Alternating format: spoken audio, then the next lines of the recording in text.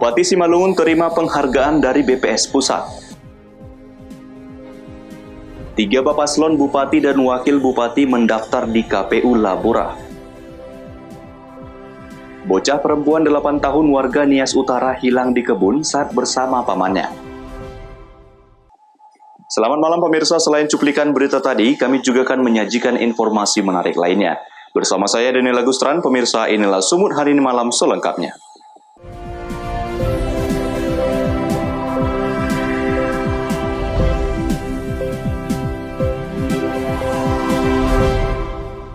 Kita ke informasi pertama, pemirsa. Bupati Simalungun JR Saragi menerima penghargaan dari BPS untuk kategori jumlah penduduk respon dalam pelaksanaan sensus penduduk online tahun 2020. Di Kabupaten Simalungun masuk dalam kategori 10 besar di Provinsi Sumatera Utara.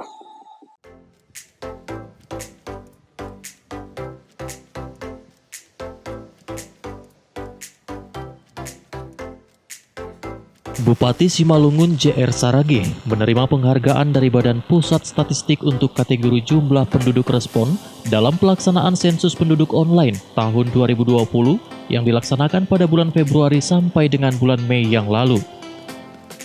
Penyerahan piagam diberikan langsung oleh Kepala BPS Simalungun Marin Sohadi Angkat kepada Bupati JR Saragi di pendopo Rumah Dinas Bupati di Pamatang Raya pada Senin 7 September 2020. Kabupaten Simalungun masuk dalam kategori 10 besar di Provinsi Sumatera Utara dengan capaian penduduk respon yang ditentukan oleh BPS Pusat. Dengan penghargaan ini, Bupati Simalungun JR Saragi mengapresiasi kepada seluruh jajarannya atas penghargaan yang diperoleh, sehingga menjadi motivasi untuk memberikan pelayanan yang lebih baik lagi. Dengan sensus penduduk ini, pemerintah akan mempunyai data kependudukan yang kuat dan dapat digunakan untuk perencanaan dan pengalokasian anggaran yang tepat dan cepat.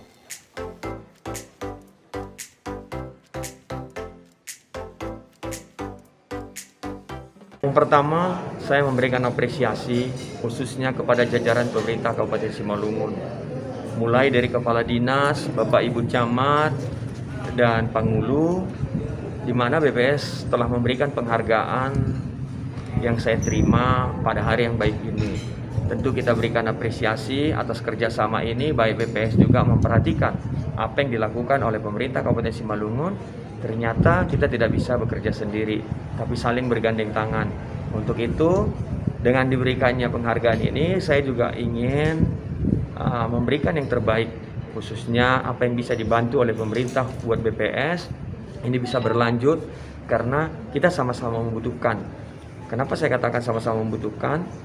Pemerintah kabupaten juga membutuhkan data yang akurat yang disajikan baik dalam pembahasan APBD, APBN sehingga tidak tumpang tindih lagi, terutama itu daftar-daftar orang yang kurang mampu.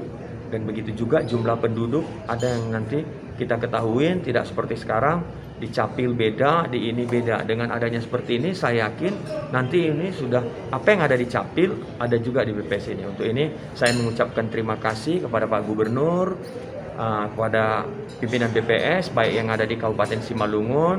Kiranya penghargaan yang diberikan untuk Pemkab Simalungun ini bisa memacu kami dan teman-teman untuk memberikan pelayanan yang terbaik lagi kepada masyarakat. Kepala BPS Simalungun Marin Sohadi Angkat mengatakan, di bulan September tahun ini BPS juga akan melakukan sensus penduduk secara offline atau door-to-door, mendatangi penduduk. Bagi penduduk yang belum mengikuti sensus online, akan diberikan kuesioner, kemudian petugas akan mengambil kembali setelah diisi dengan benar. Dalam pelaksanaannya di situasi pandemi COVID-19, petugas sensus dilengkapi dengan perlindungan alat protokol kesehatan lengkap, seperti memakai masker, menjaga jarak, dan selalu mencuci tangan.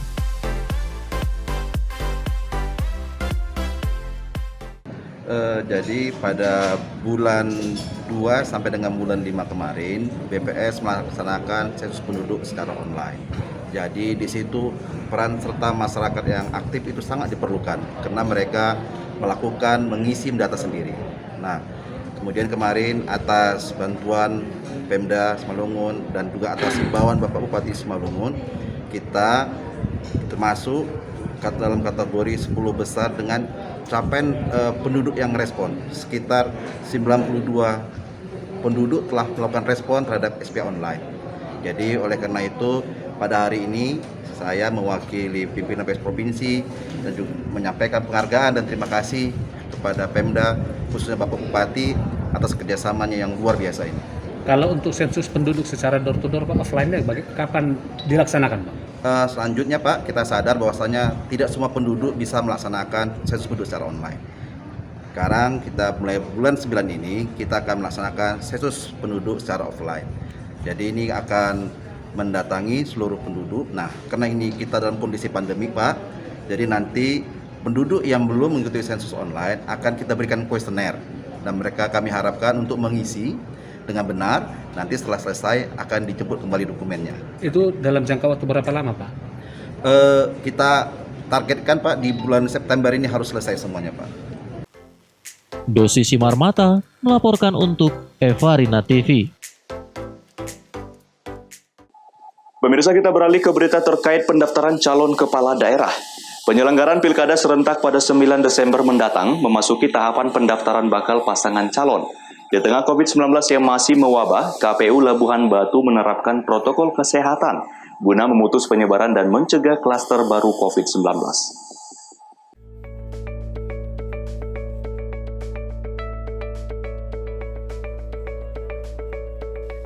KPU Labuan Batu membuka pendaftaran Bapaslon Bupati dan Wakil Bupati Labuan Batu periode 2020-2024 dari jalur partai politik dan perseorangan. Di kantor sekretariat KPU setempat, Jalan WR Supratman, Rantau Prapat, Labuan Batu, Sumatera Utara. Ketua KPUD Labuan Batu Wahyudi Tani menjelaskan, pada proses pembukaan dan pendaftaran bakal calon bupati dan wakil bupati tahun 2020 pada tahun ini berbeda, di mana masa pandemi COVID-19 pihaknya selaku penyelenggara menerapkan protokol kesehatan dengan membatasi pengunjung yang hadir mendampingi Bapaslon tidak lebih dari 25 orang. Tak hanya itu, selain mengharuskan pengguna masker bagi Bapaslon dan para pendukungnya, pihak KPU juga melakukan pengecekan suhu tubuh dan menyediakan cuci tangan di pintu masuk kantor KPU setempat.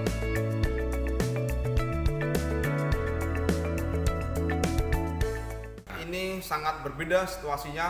Kita melakukan peraturan ketat ya, protokoler yang cukup ketat kita lakukan baik kepada bakal pasangan calonnya maupun kepada pendukung dan partai politik. Ya, yang pertama dari pintu masuk kita selalu kita pastikan untuk dilakukan uji termogan ya, kita pakai untuk menggunakan termogan, kemudian cuci tangan, dan sampai di tempat berkas juga kita lakukan penyemprotan.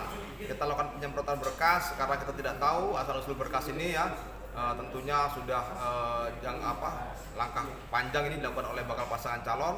Kemudian masker menjadi kewajiban utama bagi seluruh bakal pasangan calon, partai politik yang mengusung maupun pendukung yang hari tadi cukup banyak, ada ratusan pendukung yang mengantarkan. Ini kita minta untuk mematuhi protokol kesehatan COVID-19 di wilayah KPU Kabupaten Labuan Batu ini.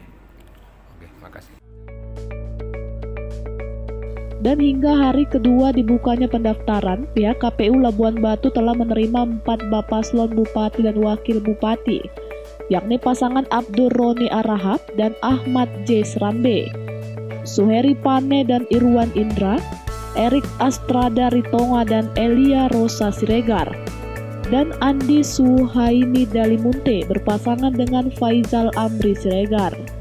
Ucok Sitorus melaporkan untuk Evarina TV. Pemirsa, KPU Kota Medan telah menerima berkas pendaftaran dari 2 bakal pasangan calon wali kota dan wakil wali kota Medan. Namun saat pendaftaran masih mengabaikan protokol kesehatan COVID-19, terutama dalam hal menghindari kerumunan dan menjaga jarak.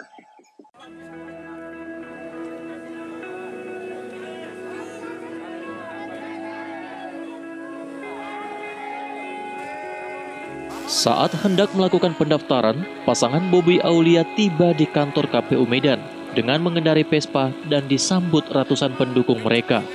Sedangkan pasangan Ahyar Salman mengendarai sepeda dari Lapangan Merdeka menuju ke kantor KPU Medan. Sama halnya dengan pasangan Bobi Aulia, ratusan pendukung Ahyar Salman juga terlihat memadati kantor KPU Medan. Kerumunan tak terhindarkan, protokol kesehatan dalam upaya pencegahan COVID-19 pun diabaikan. Banyak dari para pendukung kedua bakal pasangan calon tidak menjaga jarak. Bahkan ada beberapa yang kedapatan tak menggunakan masker. Padahal, sebelumnya KPU telah merilis peraturan terbaru yang mewajibkan penerapan protokol kesehatan di seluruh tahapan Pilkada 2020. Bakal pasangan calon diimbau untuk tak membawa massa dalam jumlah banyak dan menghindari terbentuknya kerumunan demi memutus penyebaran COVID-19.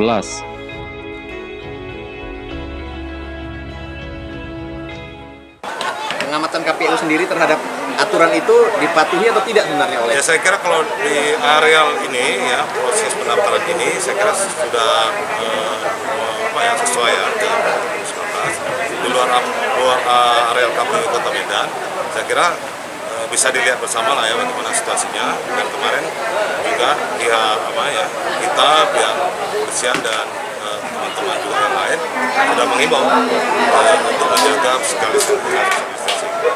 Ya mudah-mudahan ya semuanya bisa lancar. Sementara para bakal pasangan calon beralasan banyaknya pendukung mereka yang memadati lokasi sekitar kantor KPU di luar kendali mereka.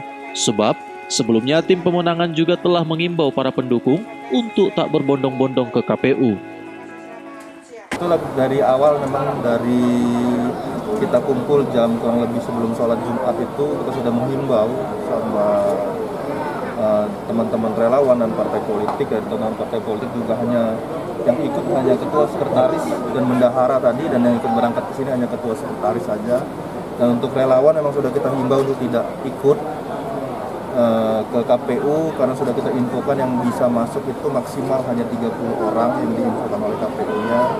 Dan sekarang ya para relawan mungkin ada di depan, kita nggak bisa bendung juga Bang, tapi kita sudah infokan bagaimana tetap mengikuti protokol kesehatan, tetap menggunakan masker, tetap menjaga jarak, itu paling yang bisa kita. Bang, sesungguhnya kami tidak ada mengarahkan siapapun. Ketika mohon maaf kawan-kawan media tanya, kapan mendaftar? Insya Allah hari Sabtu pagi jam 9 terberitakan. Jadi secara spontan mereka hadir. Jadi mohon maaf, kami tidak ada mengundang siapapun. Itu spontanitas mereka untuk hadir dan mensupport kami dan menambah kepercayaan diri kami untuk menghadapi Pilkada 2020 ini. Adapun berkas pendaftaran kedua bakal pasangan telah dinyatakan lengkap oleh KPU Kota Medan. Selanjutnya, kedua paslon akan menjalani pemeriksaan kesehatan pada 8 dan 9 September mendatang. KPU mengimbau kepada para bakal pasangan calon untuk mengingatkan para pendukung mereka agar mematuhi protokol kesehatan. Daniel Pekwali melaporkan untuk Evarina TV. Sumut hari ini masih akan kembali sesaat lagi, tetaplah bersama kami.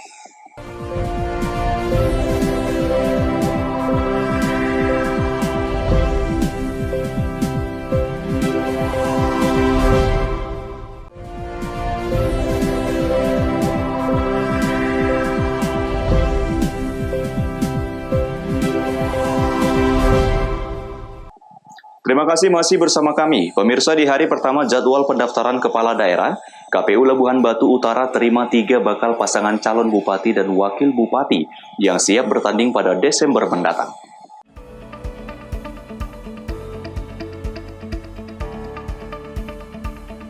Hari pertama jadwal pendaftaran kepala daerah, Komisi Pemilihan Umum Labuhan Batu Utara menerima 3 bakal pasangan calon bupati dan wakil bupati. Ketiga paslon yang pertama mendaftar yakni pasangan Hendrianto Sitorus dan Samsul Tanjung. Kemudian disusul oleh pasangan Ali Tambunan dan Raja Penyusunan Rambe. Dan terakhir disusul oleh pasangan Ahmad Rizal Munte dan Arifai Tambuna. Ketiga paslon tersebut didukung dari jalur partai politik. AKBP Denny Kurniawan selaku Kapolres Labuhan Batu mengatakan, khusus pengamanan pendaftaran paslon bupati dan wakil bupati di kantor KPU Labura, pihaknya menurunkan sebanyak 161 personil gabungan dari TNI Polri dan dibantu sebanyak 40 personil dari Satpol PP.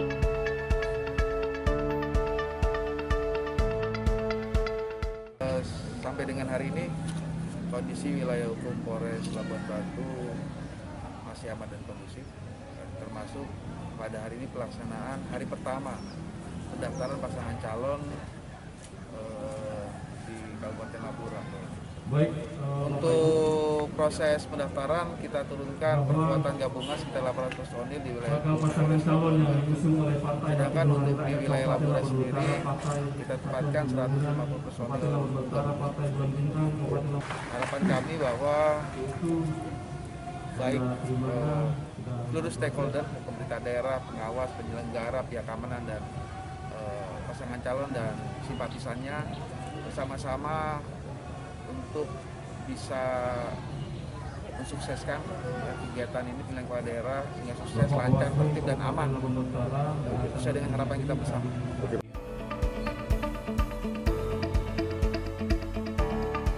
Sementara itu, Ketua KPU Labuhan Batu Utara Haryansyah Simanjuntak menjelaskan bahwa di hari pertama pendaftaran, pihaknya sudah menetapkan 3 Bapaslon Bupati dan Wakil Bupati dan selanjutnya akan menunggu Bapaslon lain yang akan mendaftar hingga tanggal 6 September dengan menerapkan protokoler COVID-19.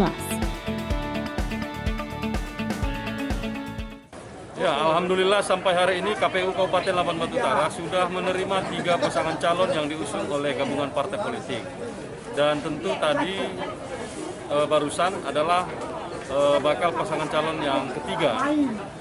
Tapi perlu kita pahami bahwa pendaftaran ini berakhir sampai tanggal 6 pukul 00 WIB.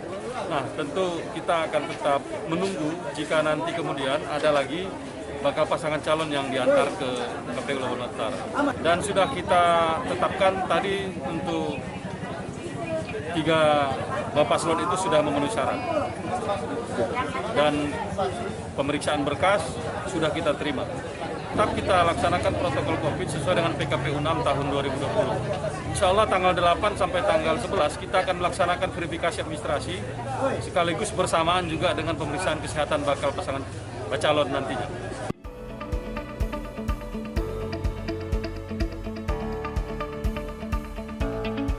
Di masa pandemi COVID-19 saat ini, KPU Labuhan Batu Utara membatasi jumlah massa sebanyak 100 orang yang dapat masuk ke halaman KPU untuk mendampingi masing-masing Bapaslon dukungannya. Ucok Sitorus melaporkan untuk Eva Rina TV. Selain itu pemirsa, di hari pertama pendaftaran bakal calon wali kota Binjai, ada 2 pasangan bakal calon yang mendaftar ke KPU. Pendaftaran dilakukan sesuai protokol kesehatan yang telah ditetapkan KPU Pusat.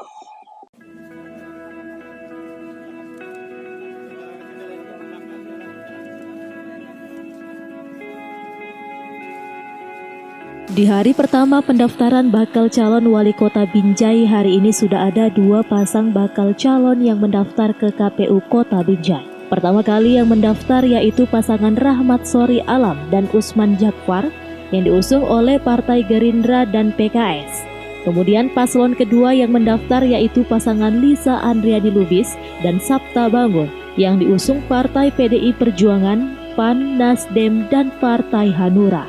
Pendaftaran bacalon wali kota dan wakil wali kota Binjai juga menerapkan protokol kesehatan yang telah ditetapkan KPU Pusat. Jumlah orang yang masuk ke kantor KPU pun dibatasi, hanya bakal calon, ketua, dan sekretaris partai politik. Proses pendaftaran diawali dengan menyanyikan lagu Indonesia Raya dan doa. Kemudian dilanjutkan dengan penyerahan berkas oleh tim liaison officer atau LO untuk dilakukan verifikasi berkas.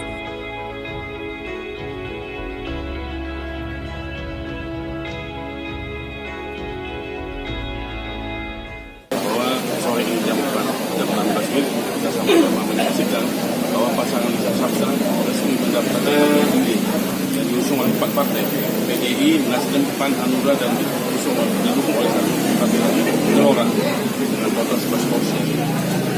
Dengan harapan kita partai-partai kita solid bergerak mulai hari ini karena ini merupakan kami bekerja bersama kami oleh partai besar. Itu tolong panitia amankan yang ada masker, tolong dulu. Panitia ada yang ada masker dong. Bakal calon wakil wali kota Binjai Sabta Bangun mengatakan, pasangan Lisa dan Sabta resmi mendaftar ke KPU yang diusung 4 partai. yaitu PDI Perjuangan, PAN, Nasdem, dan Partai Hanura. Wahyu Pratama melaporkan untuk Eva Rina TV.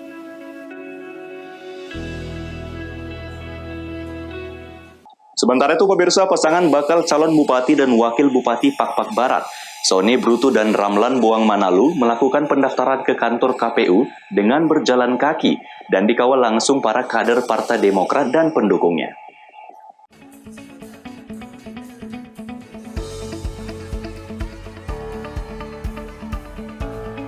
Ratusan pendukung, simpatisan, serta kader Partai Demokrat mendatangi kantor Komisi Pemilihan Umum Pakpak Barat, mengantar pasangan calon bupati dan wakil bupati Sony Brutu dan Ramlan Boang Manalu.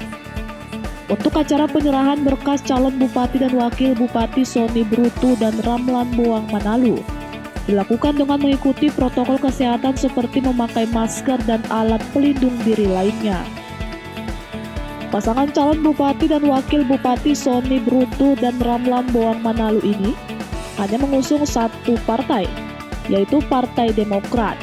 Dalam pendaftaran kali ini juga Sony Brutu dan Ramlan Boang Manalu memakai pakaian adat Pakpak. Sony Brutu berharap dapat mewujudkan keinginan masyarakat membangun Lebuh dan Suak Simsim jika menang di pertarungan pilkada ini.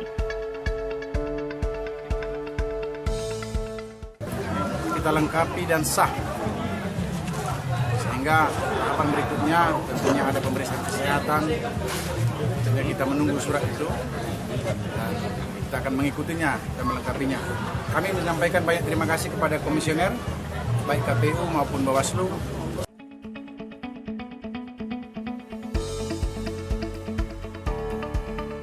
Sementara itu, Ketua KPU Basra Munte mengatakan pasangan calon yang mendaftar hanya 2 pasangan.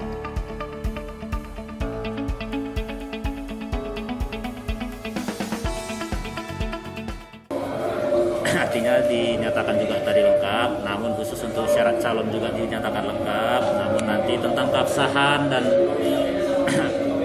dari syarat calon tersebut kita memiliki waktu lagi untuk melakukan verifikasi, namun sampai pada saat tadi diserahkan kelengkapan dokumen persyaratan pencalonan dinyatakan lengkap dan syarat calon juga dinyatakan lengkap.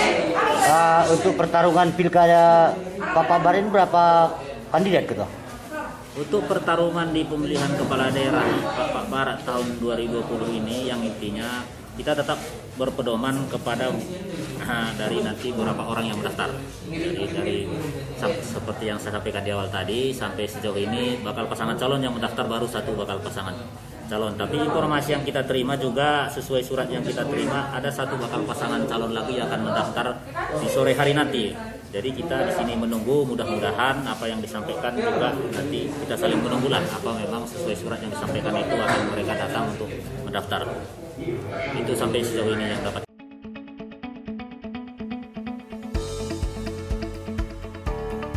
Petro Citra Cibru melaporkan untuk Eva Rina TV.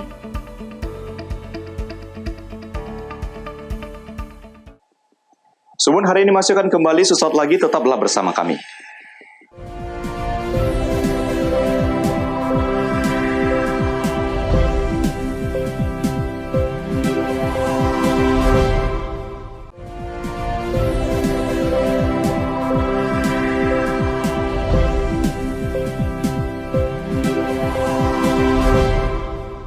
Terima kasih masih bersama kami. Pemirsa, seorang bocah perempuan umur 8 tahun bernama Marsetia Gea hilang saat bersama pamannya berinisial SZ di kebun desa Hilisalo, Kecamatan Sitoluori, Kabupaten Nias Utara.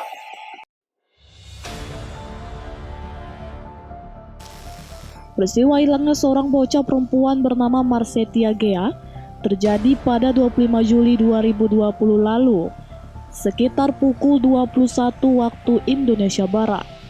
Karena pamannya berinisial SZ mengaku telah meninggalkannya di tepi sungai, masyarakat setempat melakukan pencarian di sekitar sungai pada malam itu namun tidak ditemukan. Sebelumnya juga pihak Basarnas Nias telah melakukan upaya pencarian berhari-hari, menyisir sepanjang aliran sungai namun tidak berhasil ditemukan.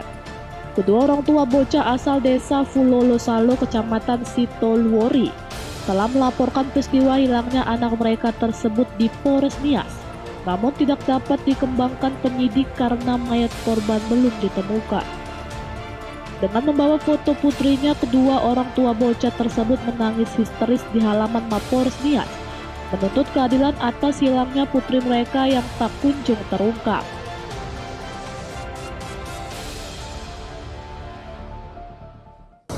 Ya mungkin dia merasa ya namanya dia anaknya ya kan, tapi dia kan sudah membuat laporan ya, ibu itu sudah membuat laporan ke Polsek PB2 dan kita pun masih dalam melakukan pencarian anaknya sampai sekarang kan belum diketemukan ya, tapi kita selalu masih berusaha untuk mencari keberadaan anak daripada ibu tersebut.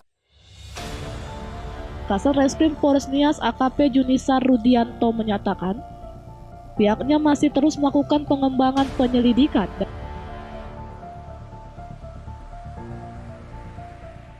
Dugaan kami di sini adalah jangan-jangan anak itu telah dibunuh, ya. Ini dugaan sehingga sampai jasadnya tidak ditemukan sampai sekarang ini. Kami mengharapkan bagaimana proses hukum yang berlaku yang ada di Indonesia ini sehingga keadilan tetap ada dan hukum juga bisa berlaku. Algomano Zega melaporkan untuk Evarina TV. Pemirsa, Presiden Joko Widodo rajin mengampanyekan protokol kesehatan melalui sosial media yang dimilikinya seperti Twitter. Presiden secara rutin mengingatkan masyarakat untuk selalu mematuhi protokol kesehatan di masa pandemi COVID-19. Melalui cuitannya di Twitter, Presiden mengampanyekan protokol kesehatan melalui video animasi kartun menarik berdurasi 4 menit. Presiden RI Joko Widodo tidak pernah bosan mengingatkan seluruh masyarakat tentang pentingnya menggunakan masker, menjaga jarak fisik, dan mencuci tangan usai beraktivitas demi menghindari bahaya penularan COVID-19. Itulah 3 langkah protokol kesehatan yang wajib dipraktikkan secara disiplin oleh masyarakat Indonesia di masa pandemi belakangan ini. Presiden membagikan video kartun menarik yang diunggahnya melalui Twitter pada Minggu sore 6 September 2020. Video berdurasi sekitar 4 menit tersebut dikemas sederhana dan menarik yang menggambarkan kebiasaan masyarakat dalam kehidupan sehari-hari. Ramai juga ya. Aduh, itu masih ada yang abai protokol kesehatan. Mesti lebih hati-hati nih. Kalau gini situasinya, mending langsung beli yang butuh aja. Gak usah muter-muter ke lapak lain. Sayur, daging ayam, tempe dan telur. Bu Sari, itu pakai maskernya nggak bener loh Bu. Tidak menutup hidung dan mulut. Cerita kartun berlatar rumah dan pasar tersebut bermaksud mengingatkan masyarakat Indonesia, terutama kalangan wanita, untuk selalu menggunakan masker dan secara ketat menghindari bahaya penularan COVID-19 dengan mengutamakan kesehatan saat berbelanja kebutuhan di pasar tradisional. Video kartun tersebut telah ditonton sebanyak 21.000 kali oleh para pemilik akun Twitter, disukai oleh ribuan pengikut akun resmi Jokowi, dan telah dibagikan sebanyak ratusan kali dengan puluhan komentar selama 30 menit video tersebut dirilis. Ya, memang sebagaimana janjinya, Presiden mengatakan bila seluruh elemen pemerintah termasuk masyarakat secara rutin diharapkan bergerak bersama untuk mengampanyekan protokol kesehatan dengan cara-cara yang menarik perhatian masyarakat, agar masyarakat paham dan mengerti untuk menerapkan protokol kesehatan sampai penularan kasus dapat diatasi secara masif. Tim Kantor Berita Antara mewartakan. Kita sudah bisa kembali beraktivitas di luar, tapi kita harus lebih waspada supaya kita tetap bisa produktif dan sehat. Pemirsa, demikianlah rangkaian informasi dalam Sumut hari ini malam ini. Saya Daniel Agustran mewakili kerabat kerja yang bertugas pamit undur diri. Terima kasih atas kebersamaan Anda dan sampai jumpa.